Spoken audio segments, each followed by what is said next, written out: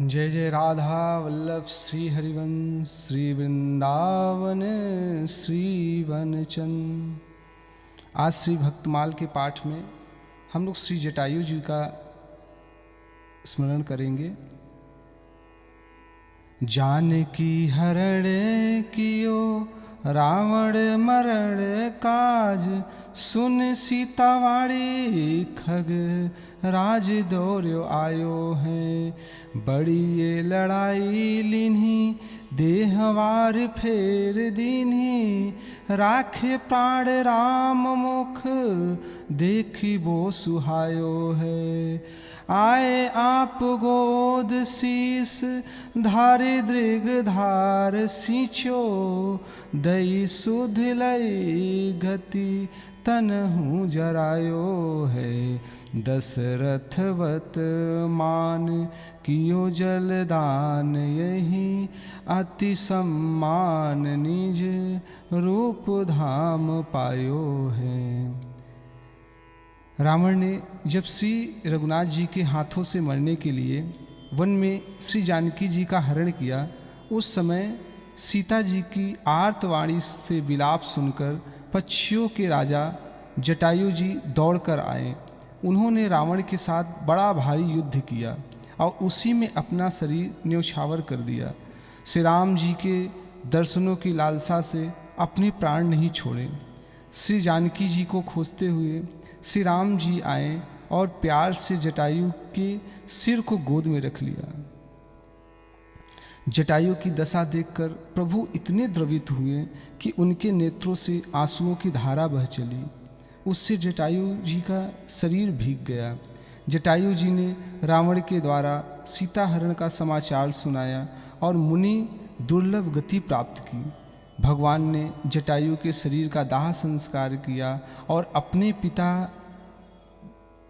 राजा दशरथ के समान उनको माना। अत्यंत सम्मान के साथ जल से तर्पण तथा पिंड दान किया। इस प्रकार जटायु जी ने दिव्य चतुर्भुज रूप और वैकुंठ धाम पाया। श्री जटायु जी का चरित्र श्री रामचरितमानस में तुलसीदास जी लिखते हैं कि जब प्रभु के गोद में जटायु जी का सर था तो प्रभु बहुत दुखी हुए और प्रभु करुणा से रोने लगे और उनके रोने का भाग्य जो था वो सब जटायु जी को मिल रहा था। जल भरी नयन कहीं रघुराई, तात करम निज ते गति पाई। परहित बस जिन के मन माही, तिन कहूँ जग दुर्लभ कछु नाहि। तन तजितात जाओ मम धामा, देव काह तुम पूरन कामा।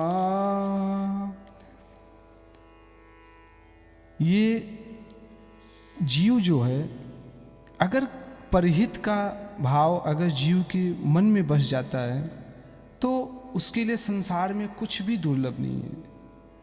भगवान राम बोलते हैं कि परहित बस जिनके मन माही, कि जिनके मन में दूसरे के हित की भावना जग जाती है या ऐसा विचार भी आ जाता है कि हमारे से किसी का भी अनहित ना हो, तिन कहूँ जग दुर्लभ कछु नाहि।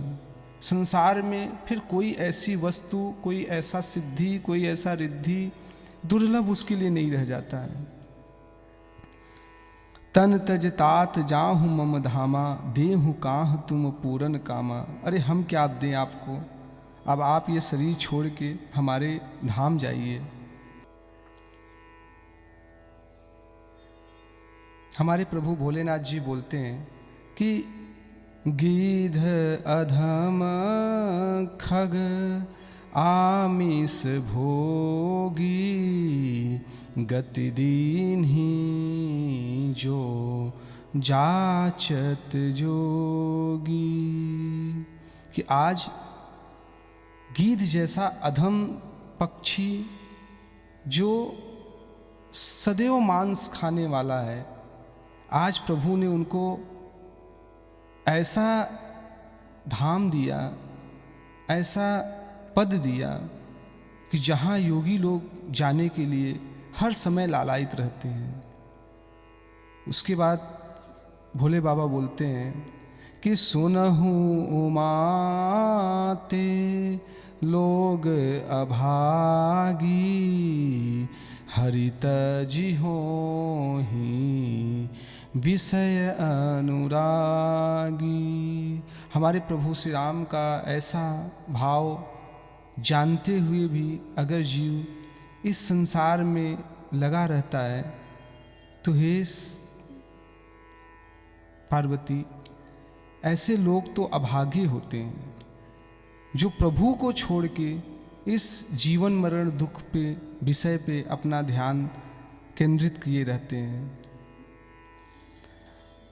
आगे पद में है कि दशरथ वर्तमान पक्षीराज जटायु जी गरुण जी के ज्येष्ठ भ्राता अरुण जी के पुत्र थे तथा इनके ज्येष्ठ भ्राता श्री संपाति जी थे। आप में अपरिमित पराक्रम, अतुल बल, विवेकशीला बुद्धि, ये समस्त विशेषताएं जटायु जी में एक साथ विद्यमान थी। श्री दशरथ जी शनि की क्रूर दृष्टि से रथ सहित आकाश से गिर रहे थे। उसी समय जटायु अपनी पीठ पर राजा को बैठाकर अयोध्या में भेज आए। श्री दशरथ जी के ने कहा, मित्र, तुमने मेरे प्राणों की रक्षा की है, जो चाहे वरदान मांग लो। जटायु ने कहा, महाराज, आपका ज्येष्ठ पुत्र मेरा पुत्र बने। राजा ने तथास्तु कहा। वनवास काल में श्री राम जी पंचवटी में पहुँचे और गीधराज से भेंट हुई। गीधराज से भेंट भई, बहुविधि प्रीति बढ़ाए, गोदावरी निकट प्रभु रहे परन गृह छाए।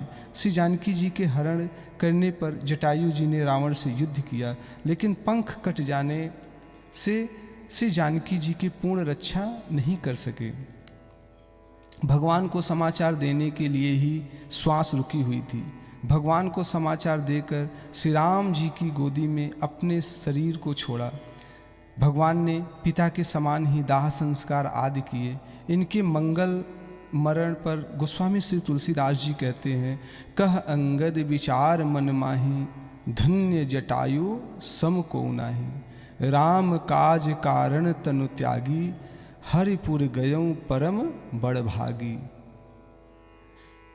आज जटायु जी के जाने के बाद ये समझ में आता है कि प्रभु श्री राम की करुणा कैसी है कि आज अधम जीव से परिहित का भाव लेके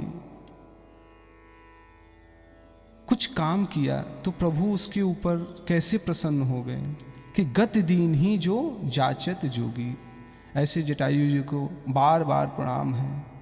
जय जय श्री राधा वल्लभ लाल की जय।